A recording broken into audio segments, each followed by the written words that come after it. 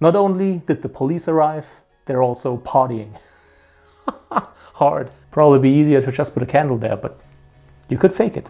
Look into that light long enough and it'll fry your brain. I wish I had more narrative projects like 10 years ago when I was in film school.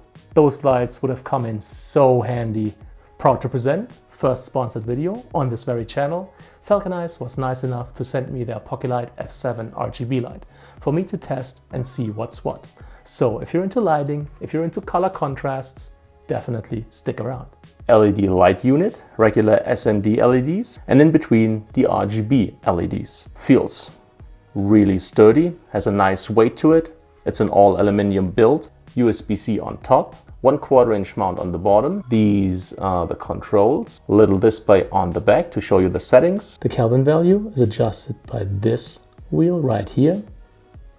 The range is 2500 on the warm end, all the way up to 9000 on the cool end, which is quite the hefty range. Volume is adjusted via the lower wheel. 0 to 100 in 1% increments. Tap this button once to enter HSI mode, hue, saturation, and intensity. Click the upper wheel once to then adjust the hue. To know which is which, check the RGB color wheel right here. Push it in once more and you can adjust the saturation. Then volume again is regulated by the lower wheel. Another push right here and we're entering scene mode. There's no volume control for scene mode. All you can do is go through the individual scenes using the upper wheel. Another push and we're back where we started. Cold shoe mount, nice mini articulating arm. That's a pretty cool value in and of itself. Then 2 light modifiers, that's the kit. You can also get this light without the modifiers for like 10 bucks less. Number 1, a diffuser. It's all rubber, so it basically slips onto the LED light. Next light modifier, honeycomb grid. This is to focus the beam of the LED light a little more. Also, rubber build, slips onto the thing. Then, nice pouch, synthetic fabric. Nice sturdy zipper. Fits the LED light, but doesn't fit the 2 grids, which would have been super nice if you could carry all of those 3 together. Then Velcro on the back, so you can attach it to a belt, for example. CRI of 97 for 2500 and 9000 Kelvin, which is really good.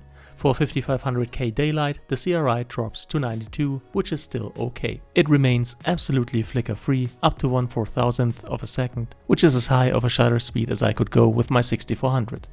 What else is there?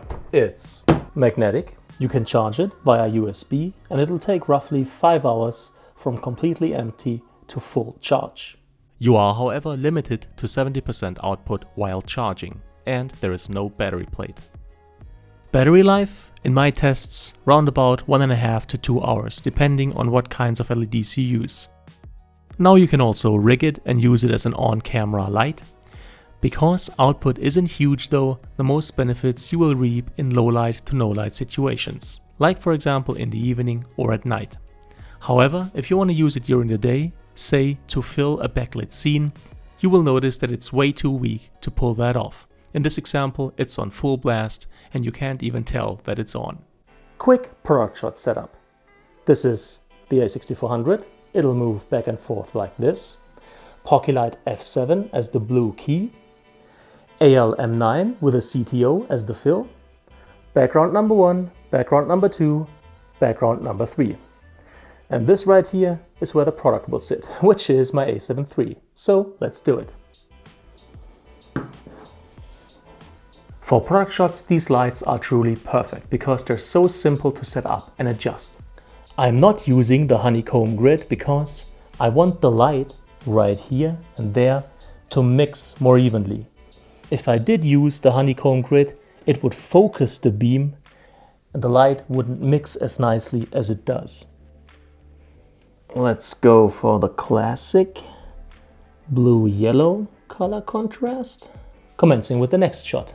And that's how easy and quickly you can set up those. Basic 3-point lighting setup. Let's see whether the Pockelite can perform on each of the individual positions of such a setup. Real quick, settings I'm using: Sony a6400, 1/50th as the shutter speed for filmic motion blur if that's something you're into, a 3.5 as the f-stop, not particularly fast, but usually the fastest f-stop a kit lens will give you, and 500 for the ISO. So you're not going to get the cleanest possible image, but a decently clean image considering we're shooting on an APS-C sensor. Currently, the Pockelite sits about a foot away, 45 degrees to the left of me, which would put it in the position of a key light. So let's check out how it performs. And as you can see, output at about a foot distance is pretty decent for a key light. Let's check out how it can do as the fill light. Okay, I switched positions. Now the Pockelite F7 sits roughly 45 degrees to the right of me and acts as my fill. My key light now is a big softbox. Now you can dim the Pockelite F7 from 0 to 100% in 1% increments, which will allow you to perfectly dial in your fill. So let's do that. That's too bright, that's too dark, and that's, I'd say, about right. So as you can see, perfectly works as a fill. Let's check out whether we can use it as a hair, edge or rim light. Now this is what you're getting from the Pockelite F7 using it as an edge, hair or rim light. Currently sits 45 degrees to the back and up. Now let's complete the setup. This is another tiny light as my fill, and then obviously there's the key. So as you can see, the Pockelite F7 performed on every position of a basic 3-point lighting setup. One caveat though, because output isn't huge, you're gonna have to position it pretty close to yourself or your subject. For the key and the fill light, a distance of 1 foot. For the edge, hair and rim light, a distance of 1 to 2 feet proved the most useful. Last but not least, scene modes. One of the big selling points of RGB lights like this, because with any project really that involves a storyline, you can use those to fake different incidents. For example, the police arriving. And there you go. You place this outside a window. The character looks outside. Oh my God, I'm in big trouble. The police just arrived. And so on. Also works for interiors. And there's like 20 different ones. Ambulance, fire truck. So these are really useful. Lightning.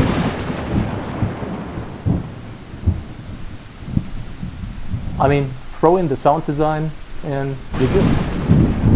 Well, faster lightning, then just hue, saturation and intensity slowly changing. So this is a run through the RGB color wheel in fast. I mean, these are pretty far out lighting setups that you would use, but hey, it's certainly a totally different look, that's for sure. Now somebody is watching TV. Yeah. Again, story mode. Throw in the sound design, you can fake a lot of stuff, which is pretty cool and one of the main reasons you should get a light like this. Not believable that there would be a candle right there, but if the setting was right, probably be easier to just put a candle there, but you could fake it. Paparazzi all over me. That's actually pretty cool. I mean, there's lots and lots of stuff you can do with an RGB light and with those scene modes in a super simple way. I mean, it's a lot of faking, but you can fake it pretty well. Let's party. Okay. Red flash, green flash, blue flash. Oh, great. Party setting number 1. Party setting number 2. Okay, faster than number 1. Now the sticker's done at 18, but you can actually go to 19, which is, oh, just shows a heart, so Iron Man. Wow. RGB strobe light. Not only did the police arrive, they're also partying hard. Cool, so those are the RGB scene modes. Still, there's two things I hope they improve upon in future iterations of that product. Number one, I don't like that you go to 70% output once hooking up an external power source for charging the battery. I'd much rather have a holding charge that would not charge the battery once the power source is hooked up, but still give me 100% output. Because what if you light a scene with 100% output and you're running out of battery life? Are you going to continue with 70%, or are you going to wait until the thing is charged again? So for that reason, I'd much rather have a holding charge than being able to charge it, actually charge it while using it. Within the same vicinity, I would also like a battery plate, because basically I want to be able to operate at any possible output volume as long as I want to. And batteries will allow me to do that. Okay, here are my thoughts. It's surely a great product at an okay price point considering the competition and the value it delivers. It's easy to adjust, easy to set up, has versatile uses. And if you're into color, RGB lights open up a whole new creative space for you to play and work in, which in and of itself is a great value. So that's that video. If you liked it, if you found it helpful, please make sure to leave a thumbs up. It's greatly appreciated. Also, should you be looking for apparel, maybe check out Cine Ninja merch, link in the description. That also helps to support this channel. Or if you want to thank me monetarily, you can head over to buymeacoffee.com. Any kind of comment or feedback is welcome, and I'll try to answer as quickly as possible. All the tech that I've used in this video is also linked in the description. As always, thank you so much for your time, thank you for watching, and hopefully see you again soon.